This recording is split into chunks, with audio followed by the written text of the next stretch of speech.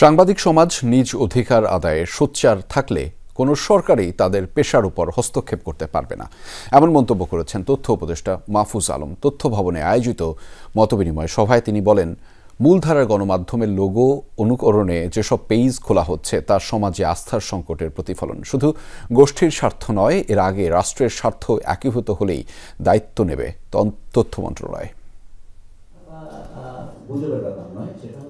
তথ্য ভবনে নির্বাচন ও এর আগে পরে গণমাধ্যমের ভূমিকা নিয়ে তথ্য উপদেষ্টার সাথে সাংবাদিকদের মতবিনিময় সভা। নির্বাচনে একটা ডিজাস্টার করার জন্য চেষ্টা করছে আওয়ামী লীগ, সেটা প্রিপারেশন দরকার। সাংবাদিকতা শুধুমাত্র সুনির্দিষ্ট একটা সময়ের জন্য না, সাংবাদিক একটা জীবন আছে, একটা democracy day by day develop করবে। সভায় তথ্য উপদেষ্টা বলেন, সাংবাদিকতা হবে জনবান্ধব। মন্ত্রণালয় কোনো গোষ্ঠী নয়, বরং রাষ্ট্রের স্বার্থকে গুরুত্ব দেবে। আমাদের কমিউনিটিকে নিজেরাই ঠিক করতে হবে যে আমরা স্বাধীন থাকতে চাই। আমরা আসলে সরকার কে আসবে না আসবে এটা আমরা দেখতে চাই না, বরং আমরা হচ্ছে জনগণের কাছে দায়বদ্ধ থাকতে চাই। সাংবাদিকতা যতটা না তথ্য মন্ত্রণালয় কেন্দ্রিক, তার চেয়ে বেশি হচ্ছে জনগণ কেন্দ্রিক, নাগরিক কেন্দ্রিক। তথ্য উপদেষ্টা বলেন, বর্তমানে যে মব ভায়োলেন্স তার সঙ্গে মিডিয়ারও সম্পর্ক আছে। এ সময় অনলাইন সাংবাদিকদের দায়িত্বশীল হওয়ার আহ্বান জানান তিনি। মব ভায়োলেন্স কেন হচ্ছে?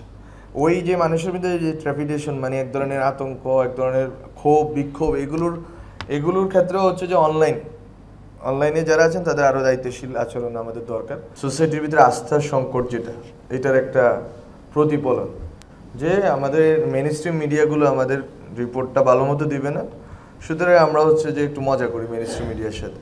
তথ্য উপদেষ্টা জানান, গণমাধ্যম নীতিমালা প্রণয়নের ক্ষেত্রে তথ্য মন্ত্রণালয়ের সাথে কোনো আলোচনা করেনি নির্বাচন কমিশন।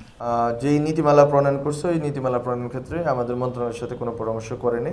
নির্বাচন পরবর্তী সহিংসতা এড়াতে গণমাধ্যমের ভূমিকার কথাও বলেন তথ্য উপদেষ্টা।